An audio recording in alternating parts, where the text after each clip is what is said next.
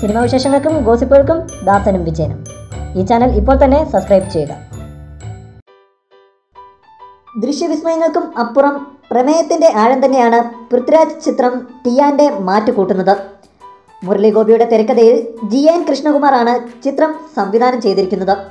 ഉത്തരേന്ത്യയുടെ പശ്ചാത്തലത്തിലാണ് ചിത്രത്തിൻ്റെ കഥ പറയുന്നത്. ഉത്തർപ്രദേശിലെ ഒരു ഗ്രാമത്തിൽ അദ്വൈത വേദാന്ത ഗുരുവും പണ്ഡിതനുമായ പട്ടാമ്പി രാമഗിരി ഭാര്യയോടും മകളോടുമൊത്ത് ജീവിക്കുന്നു.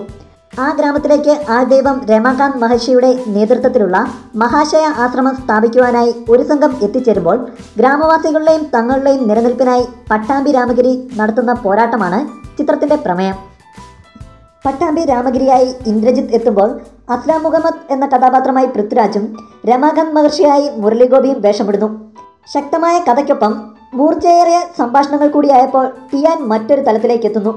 ലെഫ്റ്റ് റൈറ്റ് ലെഫ്റ്റിലെ പോലെ തന്നെ ഉള്ളിൽ കൊള്ളുന്ന സംഭാഷണങ്ങളാണ് ടിയാന് വേണ്ടിയും മുരളി ഗോപി രചിച്ചിരിക്കുന്നത്. അസ്ലാം മുഹമ്മദ് എന്ന കഥാപാത്രമായി 2 ഗെറ്റപ്പുകളിൽ പൃഥ്വിരാജ് മികച്ച പ്രകടനം കാഴ്ചവെച്ചിരിക്കുന്നു.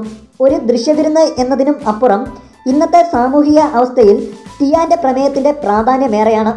വരും ദിവസങ്ങളിൽ രാഷ്ട്രീയ, സാമൂഹിക, സാംസ്കാരിക മേഖലകളിൽ ചിത്രം ചർച്ചകൾക്ക് വഴിയൊരുക്കിയേക്കാം. സതീഷ് കുറുപ്പിൻ്റെ ഛായാഗ്രഹണ മികവും ഗോപി സുന്ദറിൻ്റെ സംഗീതവും ചിത്രത്തെ ആസ്വാദികരമാക്കുന്നതിൽ നിർണായക പങ്കുവഹിച്ചു. ഫൈറ്റ് രംഗങ്ങളും മികവ് പുലർത്തി. പ്രമേയത്തോട് നീതി പുലർത്തിയ അവതരണ രീതി ആയതിനാൽ ചിത്രത്തിൽ ലാഗ് അനുഭവപ്പെട്ടേക്കാം.